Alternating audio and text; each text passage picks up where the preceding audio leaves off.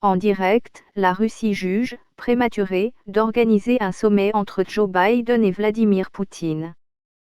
Il est, trop tôt, d'organiser un sommet entre Joe Biden et Vladimir Poutine, juge la Russie, comme l'avait proposé le président français Emmanuel Macron. Suivez les derniers développements. 9h40, la Russie juge, prématuré, d'organiser un sommet Poutine-Biden. Le porte-parole du Kremlin Dmitri Peskov a nuancé en disant « Il y a une entente sur le fait de devoir continuer le dialogue au niveau des ministres, des Affaires étrangères, mais aucun projet concret de rencontre entre les présidents russes et américains. » 9h18, l'Ukraine salue le sommet, en Biden et Poutine. Dmytro Kulba, le chef de la diplomatie ukrainienne, a ajouté que le pays espère un accord sur un retrait des troupes russes. De son côté, Paris a souligné que le sommet offrait un « espoir diplomatique ». 8h04, à Kiev, les Ukrainiens face à l'éventualité d'une guerre.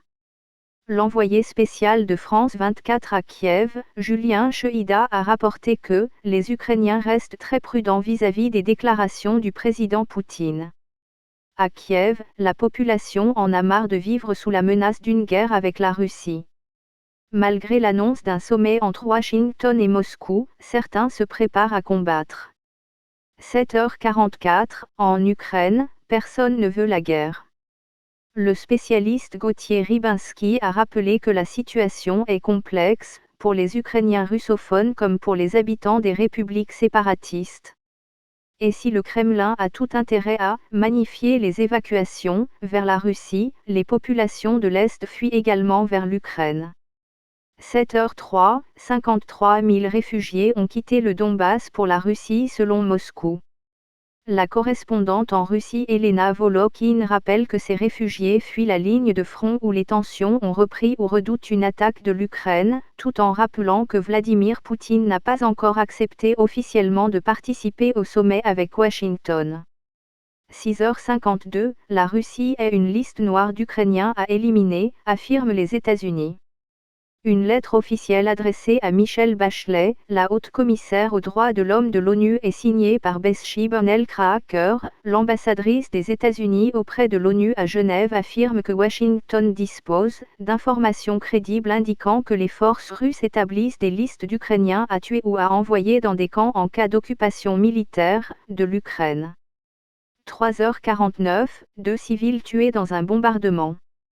L'agence de presse russe RIA a rapporté que les séparatistes pro-russes de l'Est de l'Ukraine ont déclaré lundi que 2 civils sont morts dans un bombardement des forces ukrainiennes. Le bombardement s'est déroulé tard dimanche, d'après des représentants de la République autoproclamée de Louhansk, cités par RIA. 3h16, des sanctions envisagées par l'UE.